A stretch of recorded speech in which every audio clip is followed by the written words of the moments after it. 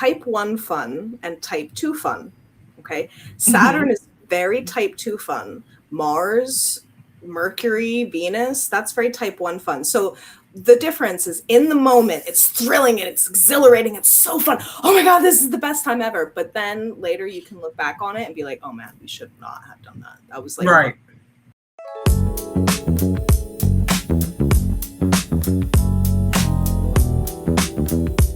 Hello, everyone. I am Nichole of Mapping Your Soul Astrology.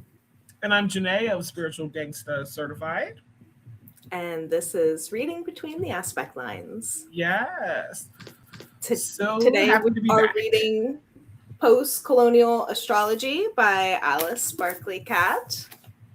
And we want everybody to be encouraged as we talk about these different books to read them, check them out from the library if you don't want to buy them. I know that was like something that came up. Someone asked me after we read the book last time. They're like, but you said to buy the book.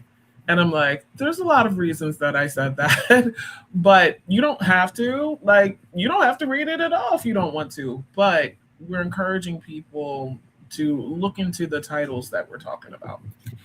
I mean, love the author, hate the author. It's still their work, and you know we have to respect that. And like Janét said, if you don't want to put money in certain authors' pockets, that's fine. There's a whole used book market, and there's a free library. So yeah, I mean, we don't always have to be giving people our dollars and cents to do things the right way. So yeah, the reason that we are reading this book this week was in light of the forest fire, as people have referred to it. Which is very clever. Yeah. And we switched over to this book because this has been, in my opinion, through the years of reading astrology books, the most honest and frank look at the role that race and power and politics has played in the interpretation of astrology for hundreds of years. It's only in the last maybe 150, maybe 50 even years that things became so personalized. For a long time, astrology did not care about the little nuclear family who had regular jobs. They only cared about nations and kings and so-called important people, not the little people. Right, exactly. And so the inherent nature of that alone is going to be very charged with the energy, the air, and the lens of the people that are, in power, in control. Absolutely. So this one really breaks that down. It really pulls that mask back and says, well, why? Why do we think that about Mars? Why do we think that about the sun? Why is it so inherently masculine? Why is it, associated with squalor and poverty? Why? Yeah. So. Absolutely. Taking a look at things in that way is definitely not something that I think most people even begin to deconstruct. We see astrology get more popular, which I'm happy about that. I do have my qualms with some things because a lot of people don't know what they're talking about. That's the main qualm I have. But to even just get into it within itself, I find to be a beautiful thing, meaning getting into astrology. But then to ask the deeper questions, to be like, okay, these archetypes, we can talk about where they come from, but we still don't have deeper conversations. So this book does kind of force that conversation on the table, which can be very polarizing. We know that. Look, we live in extremely polarized times for so many reasons, politically polarized especially. So I would just say if you're going to take this on, understand from the perspective of it may shift paradigms for people, right? Right. Um, there may be discomfort felt. So just as you're reading, keep that in mind. Yeah, I mean the author's name is Alice Sparkly Cat, but there's nothing sparkly about the words. It's No, very frank. It's very like, very. it is what it is. We're not going to sugarcoat it. We're not going Yeah, to sprinkle like any niceties or anything on. We're just going to dive in and talk about it. So you may agree with some of this, you may disagree with some of it, and we are very open to hearing all of that. Please yeah, put it in the comments, as long as you remain respectful and kind and considerate. And we're reading this and we're going to talk about our opinions on it. We might not agree absolutely. with 100% of it either, so let's get into it and talk about the position that she's writing this from and her mindset as she approaches it, just to kind of give a framework for the rest of the book. Absolutely.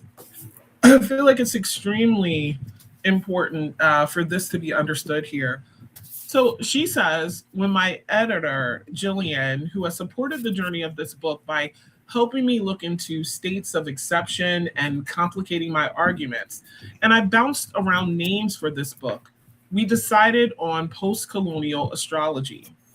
Postcolonialism is a complicated area of theory because while it strives to deconstruct some of modernity's meta narratives around race, gender, and capitalism, the word mostly exists today in academic spaces. Also, the word itself implies that there has been an end to colonialism. There's not been an end to colonialism. Settlers continue to occupy indigenous land, and I am complicit in this ongoing occupation. While post colonial writers often come from satellite colonies of the West, the colonization movements come from settler states. I chose the name Postcolonial Astrology for the book because it is a title that recognizes my own limitations as an immigrant settler. In astrology, we talk about traditional astrology and modern astrology, and we reference Roman men or white men. Postcolonial astrology is my contribution to the dialogue of astrology. It is a limited contribution because my perspective is limited.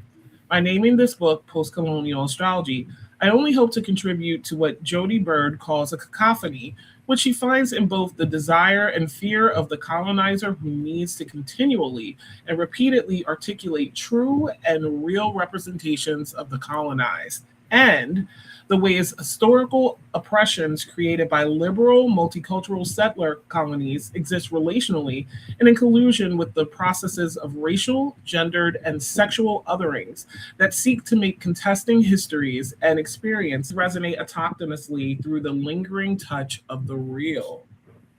Hmm. Okay. Well, I think that it's good to understand her perspective of like the place that she's writing this from, because she's recognizing her own unfortunate, our all of our own unfortunate place in the ongoing colonialism, especially in the United States, right? Absolutely. And I think it's really interesting how she's at least this is how I understand the sentence, correct me if I'm wrong, but I think it's interesting how she's recognizing that even as she talks, she might still be trying to force it through that, Athenian born Yes. origin story of these things. So I think that that's a really interesting perspective, how she both looks at this, very frankly and Right. honestly, but also recognizing limitations within. So, I just, I mean, the frame that someone sets to begin with, I feel like it's very important. I think she was very careful with, mhm. how she laid that out. And I wonder, for anybody else who has already read this, could you let us know what your thoughts were as soon as you open the book and this is in the beginning and you're getting the background for it? Like, how did it sit with you? I know, I'll just say outright to everybody, I am highly politically depolarized. That's for my own personal reasons. Some people get mad when they hear me say that because then it's like, oh, you just don't want to pick a side. No, no. We could They're have the same side. Yeah. We could have an entire. It would be its conversation unto itself. You and I could do a 3-hour long Exactly. rant about the current politics, but I think at the end of the day, you and I really fall on the same side of just looking at things for what they are and not falling into this tribalism that they're trying to create, where it's like vote blue no matter who, and you know, it's like, well, why would I do that? I'm not going to do that. You know, people and hate that I say that, but I'm sorry, like I'm not. I'm also, you know, I'm not. I've never voted for Donald Trump. I was one of the first ones to call out in the astrology community, anyway, the egregor that is MAGA. And you know, falling in either of these camps is very dangerous, because we kind of shroud ourselves in thinking that we're actually doing something productive. When in reality, we are just further dividing ourselves as a country. And, you know, I'm probably not as far left as the author of this book. But I probably would lean more that way than, you know, any other direction. So no, I get you. There's this there's a spectrum. What do they say? Like opposite energies on the same spectrum are really just the same energies. A horseshoe theory. Yeah. So what do we get to do? I don't know. I kind of feel like I agree with what you're saying as well. I would not probably be as far left as her, for whatever that means, because we could, measuring this in degrees would need nuance. And we don't have time. And I'm also just going by what I'm reading in the introduction. Yeah, exactly. This was written years ago. I mean, I can't speak to who. I'm just going by what I'm reading here. And I think that the last paragraph in the introduction is also worth reading. The trigger warning? The trigger warning for the book. Yeah, I think that one is important to read as well, just because it really gives her context and her thought process, you know, as we jump into chapter 1, which we're not going to read chapter 1, but as we jump into the chapters, you know, I think this is a good framework. Okay, so trigger warning for the book. This book's goal is to make astrology more accountable to the histories in which its meaning was accumulated. This means that this book must and does discuss the violent processes that construct modernity, which include racism, anti-Blackness, gender violence, colonization, climate violence, and other forms of social violence. People who experience these oppressions firsthand do not need explicit descriptions of violence in order to learn, and this book tries its best to avoid triggering material as an effort to prioritize people of color and femmes who are reading this book. I also believe that racism at its core is a description of whiteness, and focus my critiques by reframing whiteness in order to critique racism.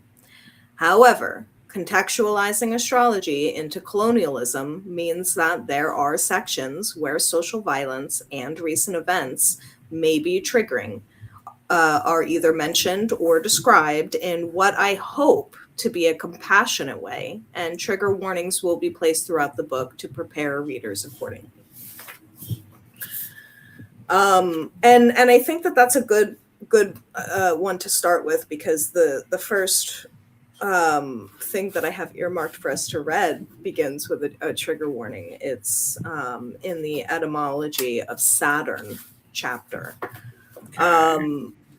I think that Saturn is a planet that a lot of people have this like looming, dooming fear around. I love Saturn. It rules my moon. I have such deep respect for it. So, but I get it. They do have to. Saturn's on my ass. Saturn was on my ass last year. I can't even lie. But no, you're right. Looming, dooming, to be feared. Yeah, and I think that's because Saturn return is like what brings so many people into astrology, because before that they're like, "Oh no, that's not real." And then somebody says your Saturn return is going to start this month, this year, and then their whole life flips, turns upside down. And then That's they're how like, I got here. "Whoa, okay, I think there might be something to this astrology Yeah, thing." of course. And I have a 12th house Saturn conjunct my ascendant. So he has been a looming and dooming figure for me. Saturn finds joy in the 12th house, That's where which is mine is too. which is a sick joke, Yeah, because Saturn finds joy in some pretty unjoyful things sometimes. pretty much.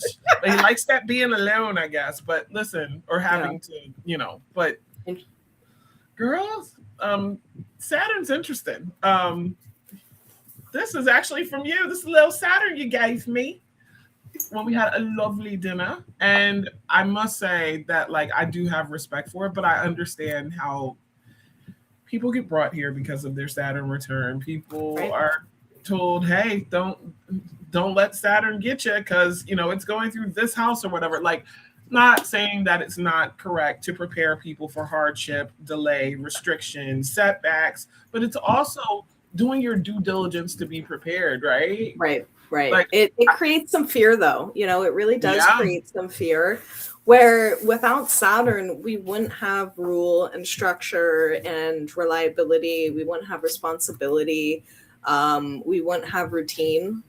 I mean, Saturn definitely is all associated with but as a Virgo and as somebody with 5 planets in Virgo, I feel like Virgo and Saturn have some of the same roots of it's the unglorious, yeah, unfun labor and responsibility that all of the fun, all of the joy, all of the exploration could not happen without that being done first. absolutely. I feel like you're speaking to my life too because I have Saturn in Virgo and it opposes my sixth house sun, more Virgoan themes. But, Yeah. ma'am, I do think though people come to respect Saturn once they realize that, like, you could essentially say some of the things that people are proudest of are the things that were hard won, the things that they really had to put their feet.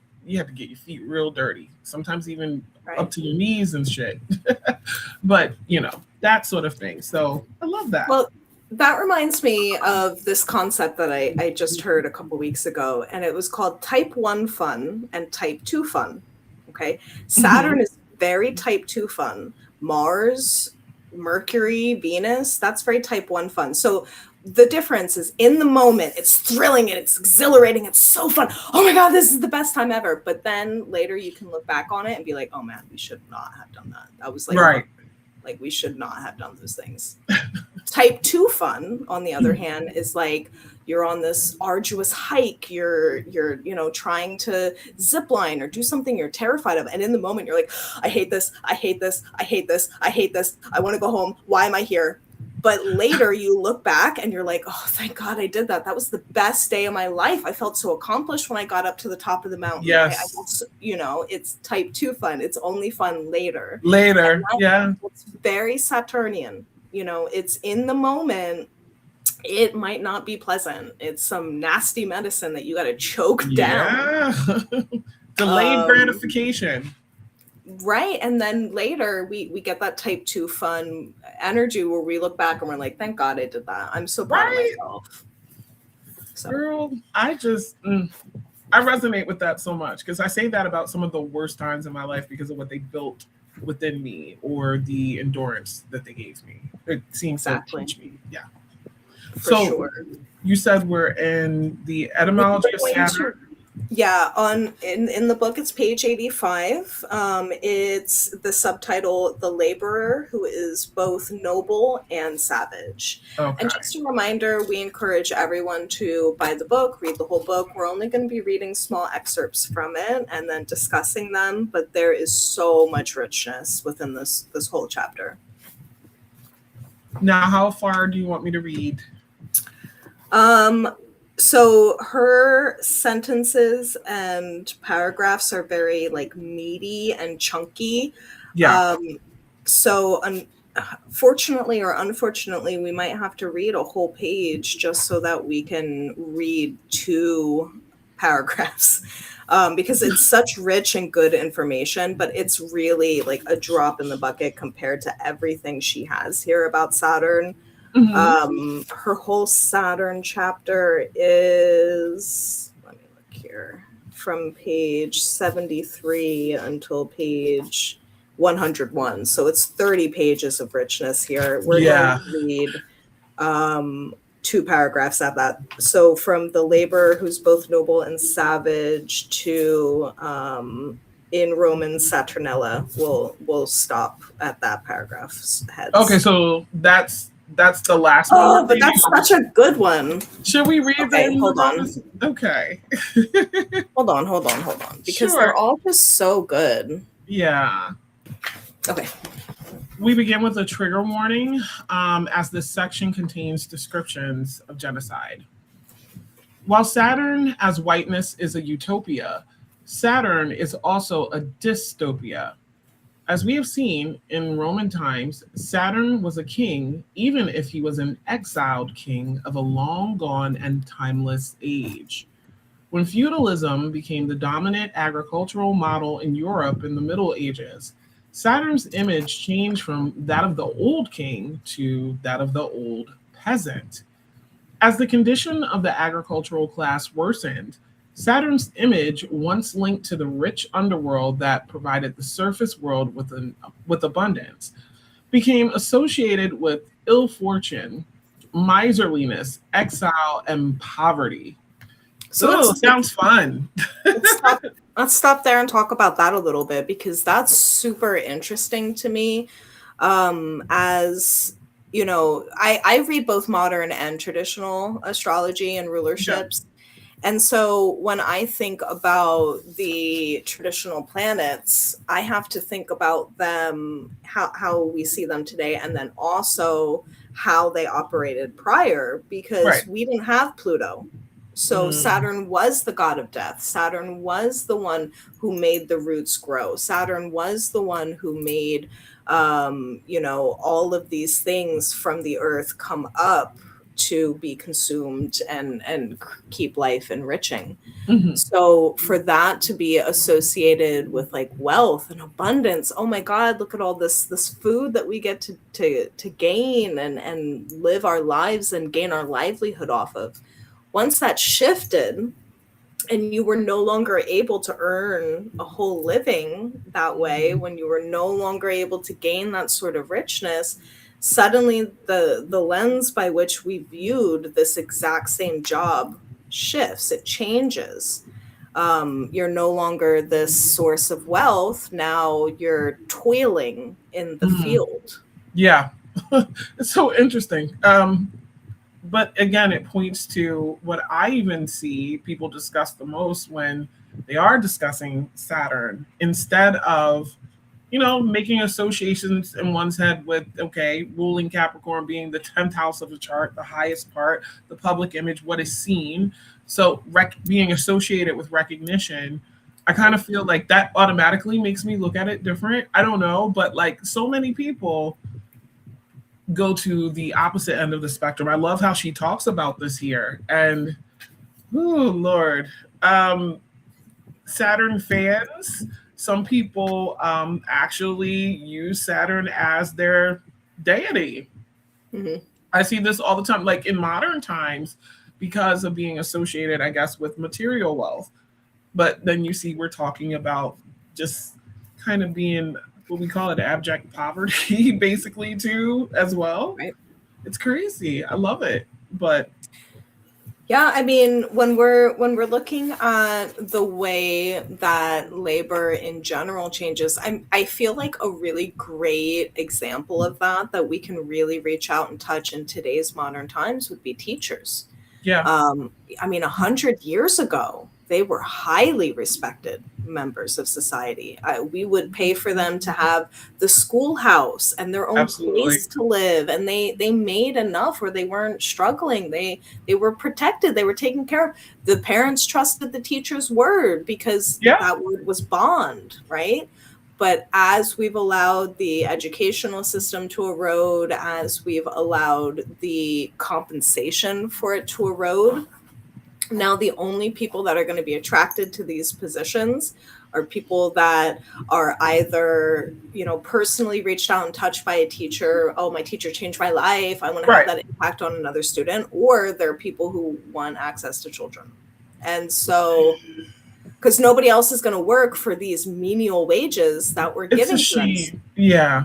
So now in society, people are looking at teachers like, what's wrong with you? Why do you want to be a teacher? Like, people are no longer giving them this level of esteem and respect that they had even when I was going to school. I mean, Teacher's Day, Teacher's Drive, give gifts to the teacher. They come in and get free meals at restaurants.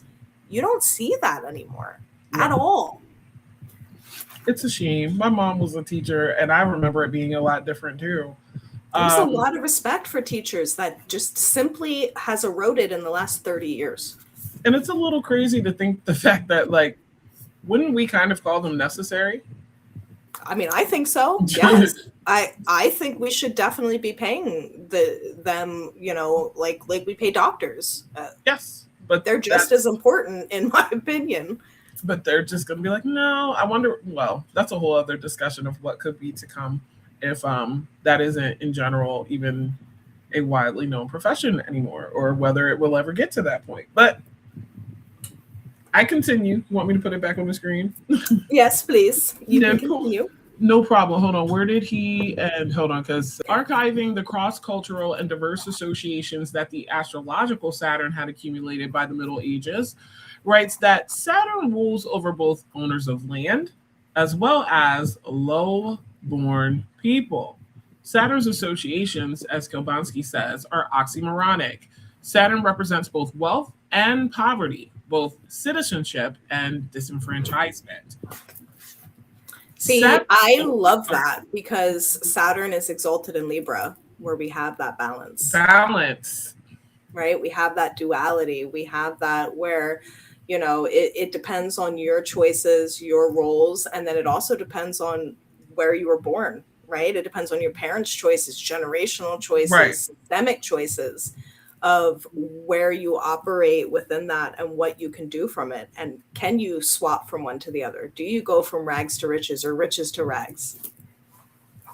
It's possible, but then it does show the possibility that I like. Because when we talk about so-called negative or heavy things, there's always the other side to the coin that, like, I think it's important for people to remember, because everything exists kind of like on that spectrum. So you can turn things around. And I enjoy that.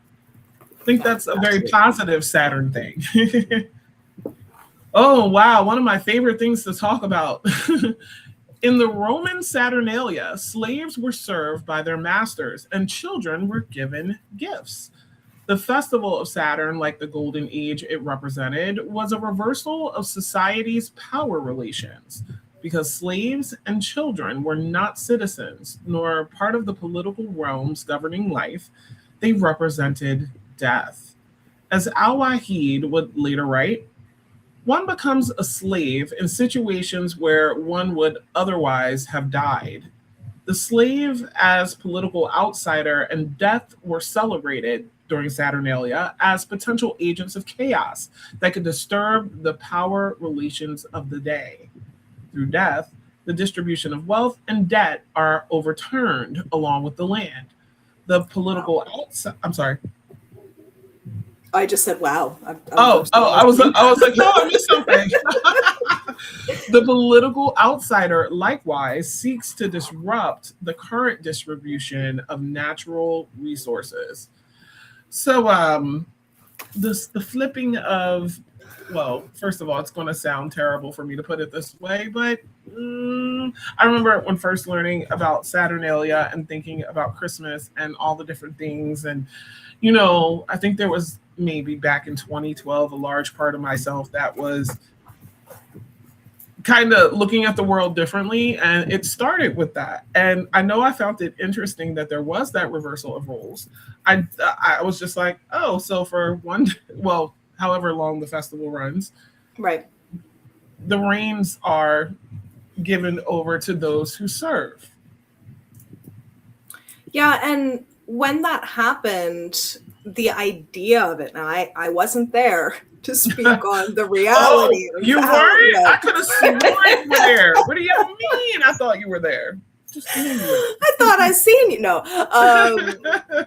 the idea of it was to keep things fair and balanced, and the intention was that if I know that the people that I have enslaved have a whole week to treat me how I treat them, I'm probably going to treat them a little bit better. Right. That way when it's their turn, that they, you know, won't have this whole rebellion. Now the reality, according to a lot of the things that I read, is that they got to treat them as shitty as they want. And then during that week, yes, they had a little bit of power. Yes, they had a little bit of say. But the reality was they knew at the end of the week it was going to be up. And so they didn't go nearly as hard as they could have. Right. And they're still slaves. Like, I'm sorry. I mean, nice for you to get a week and everything, but I still don't have my freedom and agency. Right. And or representation by the government at all. Right. And, you know, even if they did have some sort of end date to this indentured servitude, it's still, they still weren't able to just go and then become citizens of Rome. And so when we're looking at this like outsider perspective, when we're looking at this sense of being othered, for that to be ruled by Saturn, when we're looking again through the traditional sense, we have this Aquarius and Capricorn, you know, different sides of this coin. And Aquarius has always said, I feel very othered. I feel very set apart from society. I feel different. I feel alien. I feel weird. Right. And so, you know, that really like encaptures that side of the Saturn spectrum as well. My goodness. The last thing that I want to read in the Saturn part is going to be just the first sentence of the next paragraph. Death, who used to be a king, became poorer during feudalism.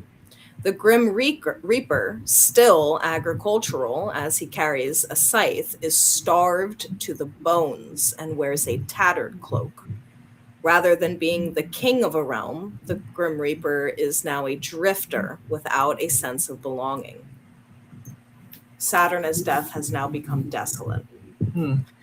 So when we're looking at these different signifiers and representers of these archetypes, being able to see this ruler, this king, this highly respected figure kind of taking that that lead in art scenes and stories that we tell, suddenly go down to this feudalistic beggar figure that just works tirelessly to serve the dead.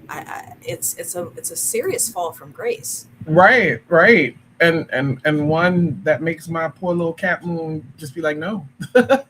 I wow, no. I think sometimes, even in thinking of Saturn, that fall from grace, but then also on the upside again, well, I guess it depends on how you look at it once you hear what I say. But even looking at Saturn being associated with Satan, the devil, and I would say to people, you know, like, why do people sell their souls to the devil? Because they can materially get, you know, what they want. So, but then there's a trade-off there too that does have to deal with something hellish happening. You can maybe have all your dreams come true, but if you sold your soul, so to speak, then there's a whole different level of things you have to deal with after that time. So I thought that was interesting to think of too, as we were like reading that, the different ways that Saturn shows up, the extreme fall from grace, and then me thinking of it like, again, that balance you said. Again, in Libra, Right. it's exalted. So I don't know. I don't know. I don't know if some people have ever even thought of some of these things, but I love the way that they're called in. Like you said, damn, we need to read the whole thing again. It's just giving. It's look, when I say buy this book, I mean buy this book. Every single Yes. page is rich with information. Every single paragraph is packed with good like knowledge that you're not going to find reading X feed.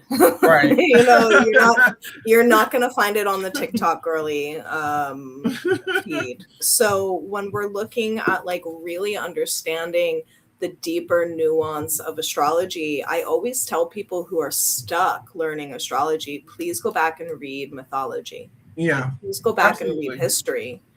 I view the Bible very much the same way. Like, I am a follower of Christ. I'm not a Christian because I read the Bible. I read the history. I Right. actually sit there and put it in the context and understand what it is I'm reading.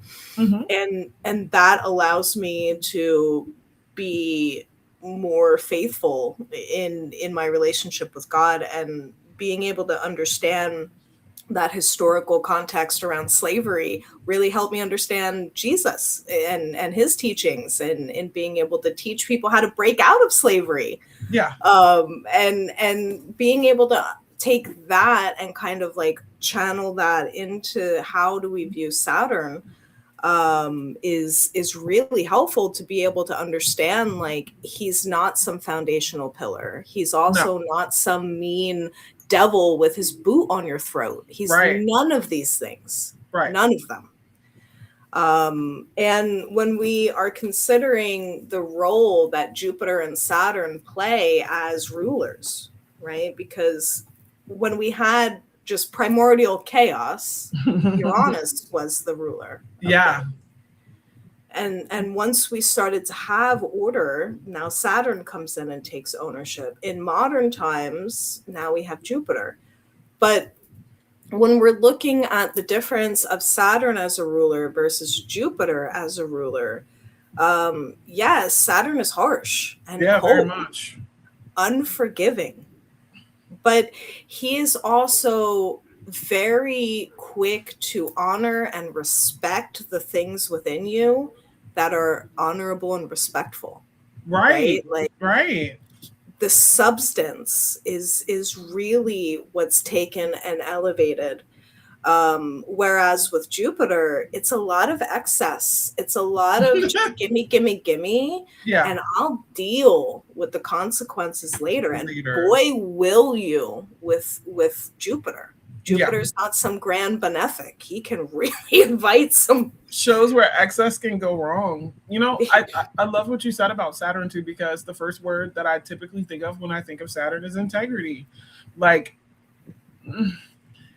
having integrity and still having to deal with hard times and hard shit and getting it done and making sure you maintain what you were supposed to do can get you long-term reward. Like we were saying, like delayed gratification later, rather than something very Jupiterian where it's like, let's go balls out literally right now, all the way out.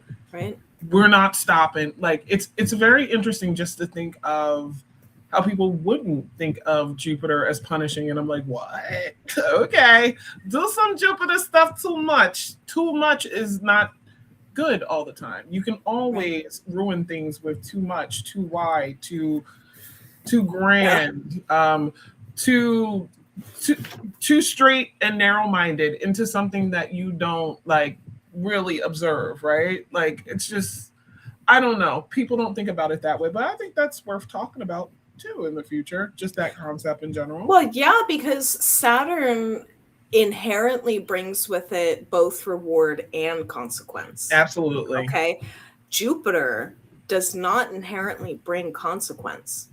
Okay, so Jupiter has to rely on the other planets to bring consequence in transit Mhm. by elevating and expanding what they can bring. Yes. So these Jupiterian falls are going to be brought through an opposition with Pluto, or through a square with Mars, Right. or through some sort of, you know, conjunction with Saturn, or some of the malefics who will be able to reach out and touch you in Yeah. ways that Jupiter himself necessarily cannot.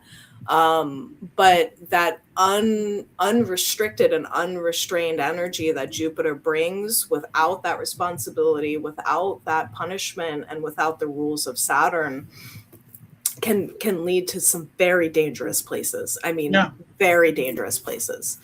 Too dangerous. So when we are, if that's a good segue, because the next place that we are going to be reading is going to be the etymology of Jupiter.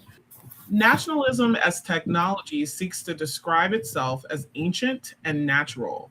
The natural consciousness described by Hegel, a state of mind from which education saved individuals who succeeded at self-cultivation, was the naturalistic state of the Titans. For politicians such as Hitler, Germany has to save itself by struggling against the bourgeois father who represented the sick and weak patriarchy of Saturn and the cultural influences of non-Aryan races, representing the rest of the Titans. While humanists sought to revitalize culture with the inheritance of Greek and Roman forms through academia, nationalists sought to revitalize culture with Greek and Roman forms through technology. Humanists humanists thought the self could be achieved through works by Shakespeare or Goethe, and the National Socialists thought that the nation could be achieved through television and radio. The political struggles of the world, matriarchal, patriarchal, chaotic, orderly, oh my God, my brain, retributive, civil, and animalistic, humanist, are erased by technology. Technological revolution replaces political struggle with technological innovation. I am curious to see how she continues to tie this into Jupiter.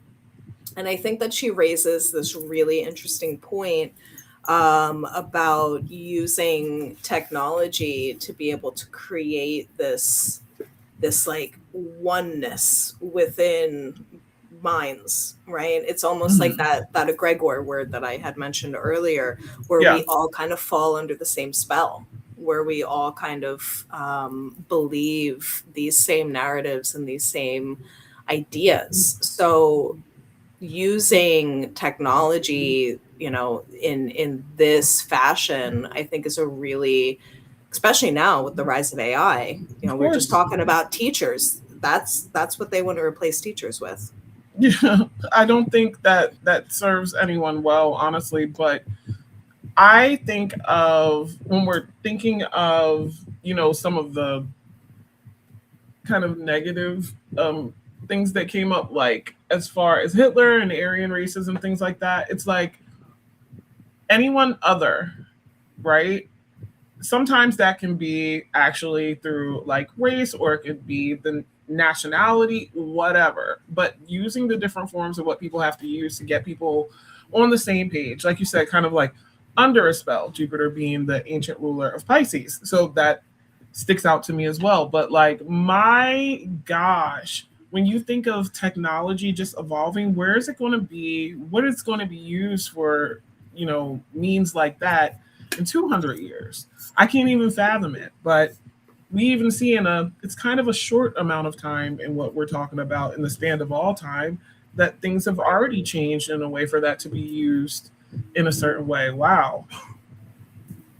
Yeah, I mean, we very recently had a whole genocide carried out because of the radio. You know, they kept saying on the radio, like, this group of people is terrible, this group of people is bad. The Rwandan genocide used the radio by means to control its population and inflict violence against one another. Yeah. So now, when we're looking at the ways that technology reaches out and touches children's lives. Now we're looking at the Meta YouTube lawsuits going on for increasing depression, increasing, these hyper self-conscious looks at their own bodies. Now we're going to replace teachers with technology. Like, just imagine if you had bad intentions, how easy it would be to create a whole army of children that are going to grow up. The things that you would be able to do there are not only endless and boundless, but even if at its best, nothing nefarious happens, even still, they're sitting there chatting with the chatbot every day. All of their innermost thoughts are logged. All of their innermost thoughts are kept somewhere. Yeah.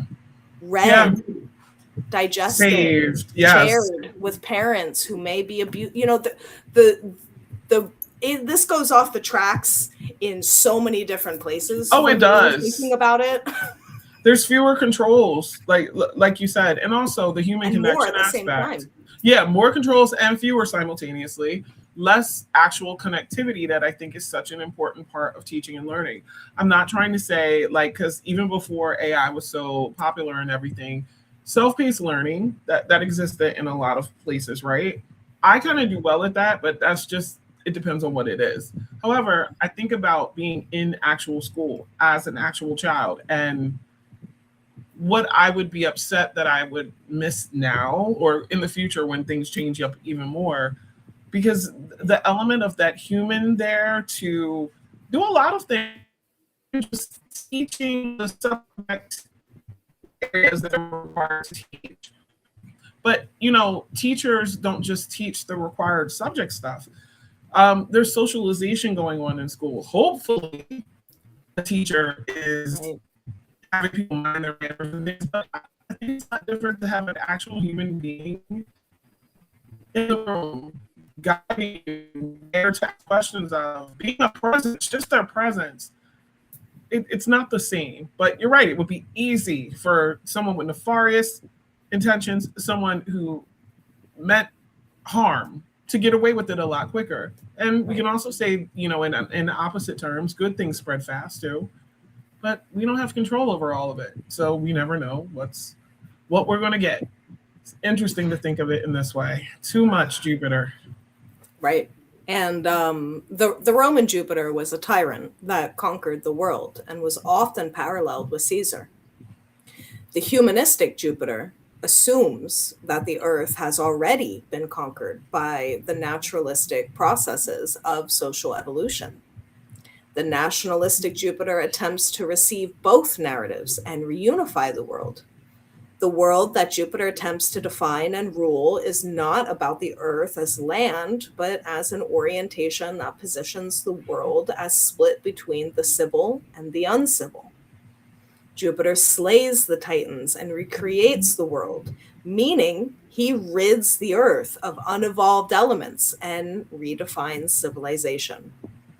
Once in the humanistic world, this refined civilization was found only on the ivory towers of aristocratic institutions.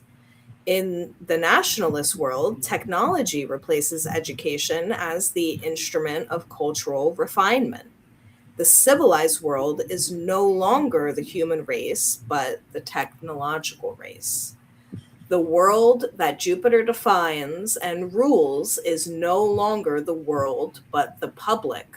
For the nationalistic Jupiter, the public is only defined as those people who exist within the closed communities that Plato once yearned for, ruled over by philosopher kings, and educated through the mass communication channels of television and radio.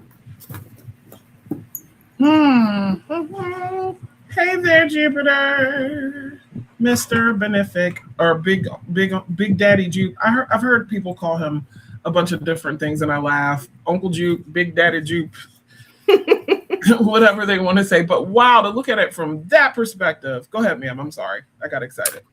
No, I mean, like you said, look at it from that perspective. It's like, yeah, you rid the world. Yeah, you restored order. But for who? Exactly. But for who? And who was the arbiter? Who was the judge that said, you are worth saving Right. and you are not?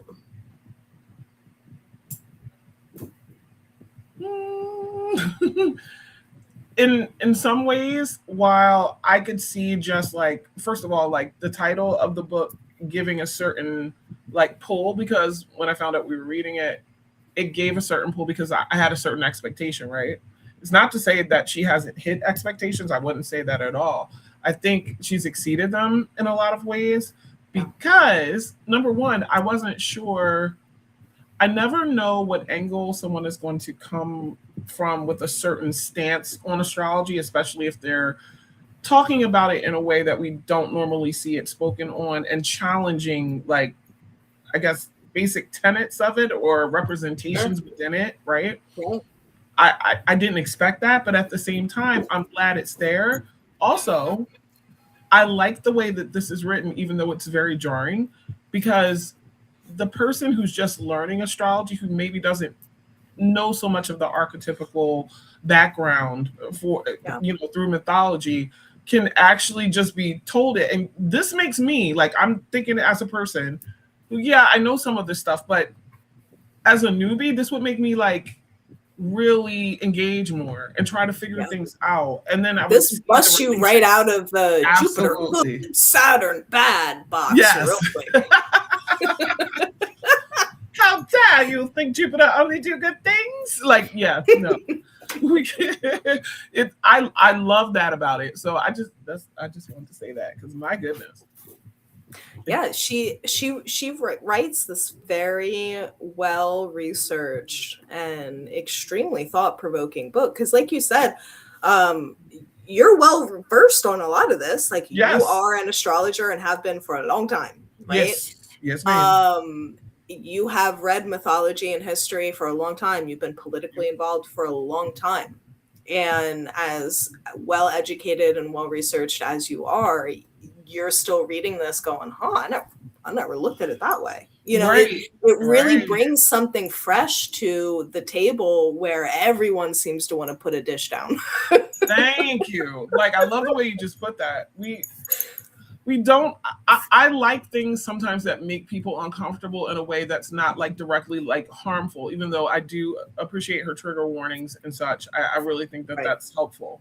But this is like, man, I want some other people to just go pick up this book. They can't borrow my copy. It's digital. I will get a physical copy though, as I'm rebuilding my physical library. But I can think of like 10 people I know off rip that probably could completely have their minds blown reading this, and for different reasons. Like, I don't want to give them to all of them for the same reasons, and their minds would be blown on different levels. Good pick. Thank you. Yeah, this is one of my favorites. In modern astrology textbooks, a lot of the modern astrology books are like flashy, trying to grab the attention of the people who are just getting into it. And share the basics, but this really gives a perspective that, you know, you're not going to find in any other book. Buy it, read it, digest it, come back and tell us what you think about it, because we're super interested to hear your opinions. Absolutely. Gotta know it all. Oh, if someone read it before, I would love to know what they thought about some of what we said. From the perspective of they'd already like absorbed it, but then if they feel any different than from when they first read it, that's another thing I wanted to bring up. When it came out in 2013. Quick note, the book was actually published in 2021. I don't know which copyright we were looking at to see 2013. We made a mistake. We're human. It happens. Enjoy the rest of the podcast. Thinking of the things that have happened since then, I wonder how the author feels now. Yeah, that's what I was saying. Like, we don't, I can say that just by reading this, she seems very far left. She seems very involved in a lot. Oh, Sam Reynolds gave an opening for this. Shout outs to Sam. I just seen this here in the beginning. Oh, I love that. Okay, anyway. So yeah, I mean, since then we've had so much change. We've had, you know, the Bernie Sanders, we've had the Trump, we've had the Biden, we've had all of these different experiences in the political spectrum that have shifted a lot of people. I mean, right now you have Tucker Carlson launching a new party saying the exact same talking points that Bernie Sanders ran on in 2016. It blows my mind. I never thought. We're in a twilight zone for sure. I wouldn't have thought that ever. My God. So people are moving all over the board, all over the field when it comes to like political opinions. So I have no idea how this person feels today. But I do know that being able to come in and read this perspective has been really, really valuable for anybody who's been able to pick it up. I would love us to maybe in the future, I don't know, book club extend to people. So when we read stuff, we can go back and like dig in and kind of do stuff together. I would love that. I would love that too. Once we start to grow this, we'll be able to have people, you know, actually come down and sit with us. We'll be able to collaborate with the authors and get permission to read more than just a few excerpts. Yes, I would love that. Because I never want to infringe on somebody's intellectual rights and property, but it is killing me to only narrow. I know, there's so many jewels. Like, oh my God. I like the notes I made. Like, first of all, I was still in the introduction when I first made of these. Can we make astrology more responsible? First of all, that question has been floating around like for a hot little minute. Who gets to be at home? Like, astrology helps us to see one another. So what does that actually mean when we look at the lenses through which a lot of things were framed? Like, there's so much to this. So yes, I'm excited. I'm sorry we can't just like rip it off and just be like, well, but no, this is great. Absolutely great. I think that we're going to read from the conclusion next as we finish up this episode. There. Okay. Do you want to read this one? Sure. To understand the word evolution, it is important to contextualize Darwin. Darwin was a Whig. That sounded so funny. I'm going to read it again. I feel like I didn't pronounce it. Enunciate correctly. It was like Darwin. It was a Whig. He was a cool whip. Darwin was a Whig, which was the ruling party of England during his time. As a Whig, Darwin came from a cultural environment that aimed to protect. Ooh, they don't want to project their privilege. Well, not onto others. That aimed to protect its privilege. Whigs were often liberals who wanted to free the market from regulations that prevented its expansion. Whigs linked Darwin's survival of the fittest to the deregulation of the market, and they used evolution to frame their oppression of the working class. When evolution is thought of as hierarchical, I said it right, I think. It always supports neoliberalism. Because of its history, the word evolution always implies hierarchy. It is a word that originated with Darwin in the white institution. Absolutely. Yeah. And this whole Ayn Rand survival of the fittest, Atlas Shrugged, it's your own laziness that keeps you poor. It's your own inability to work that keeps you struggling. You just haven't evolved to the high intelligence that I have. Like, it's this very disgusting and reductive way of looking at people that completely eliminates nuance. Just completely eliminates absolutely. nuance. I have met some dumb as rocks. Dumb as rocks. Very, very wealthy people. Right. And I have met some of the sharpest, most brilliant speakers in the gutter. I will agree with you there. I used to years ago work at an online school that was run by a family that had like 8 kids. And it was a homeschooling program, etc. Now, one thing I will say is that sounds like an opportunity to have very learned kids, doesn't it? Like off top, right? Because I don't think there's anything wrong with it. I love homeschooling, but what I'm saying is these people were terrible. Their own kids couldn't read. They're like 11-year-old. They used to run around the office too. And one of them runs up to me one day that's handing me a sugar packet. It says Domino sugar. Is this sugar or salt? I said, honey, it says sugar. Well, my mom said I don't have to learn how to read till next year. You're 11, going on 12. Mind you, as years pass at that place, their family, they're appointing some of these kids to positions. Nepotism and all, Right. Dumb as rocks. Sorry. I said that quite harshly.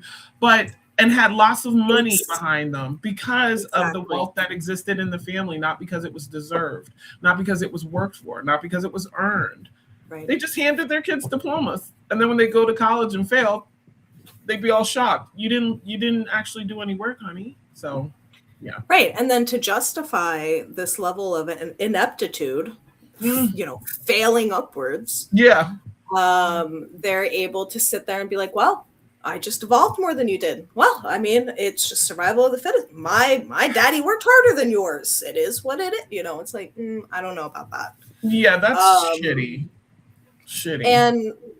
And when we're looking at that next paragraph that's after that, astrology does change because people change. Yeah. Evolution is really just change. It's not progress. It's not social decay. It is just change. Change doesn't care about our values. It just happens. There's no such thing as a higher level or lower level because there's no such thing as good or bad change. Interestingly enough, I feel as though that was perfectly seen in some of the events of the past few weeks within the astrology community. Mm-hmm. Literally talking about evolutionary astrology. But that level and layer to things, again, without nuance, it really discredits and basically says to so many people, you're not worth listening to. Your story doesn't matter. Your work, your art, your contribution to society doesn't matter. So I always hate that down your nose type thing because I know plenty of people of means who have no substance. I know plenty of people with substance who don't really have means, who are working, and it takes them longer to do things because they don't have the backing. That doesn't mean that they're less successful, right? And then that's all subjective, what success looks like to some people, Right. Impact to me is the most important. But yeah, that was deep. I really love her perspective, and I really love what she brings to the table here. And I like the way that she frames things, and more importantly, I like the way that she reframes them. Right.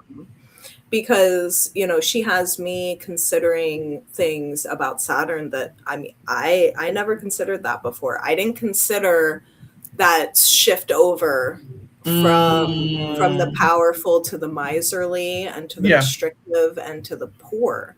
I never sat there and thought about when exactly did that shift happen in time and why. And I really, really appreciate her bringing that to my awareness. This is wonderful work, and I wish it was on my radar prior to this year. Well, I'm happy that I was able to introduce you to such a cool book. And you're such a cool person with a lot of books and knowledge, and just your finger on the pulse of what's important to bring up in a moment. Like, it's just, I feel like you're tapped in that way. So I do appreciate that. Thank you. Thank you so much. You're so welcome. This has been an absolute pleasure to sit with you for another hour of reading Between the Aspect Lines book club. Yes. I can't wait for next week. You know, Retrograde Planets by Aaron Sullivan, Traversing the Inner Landscape.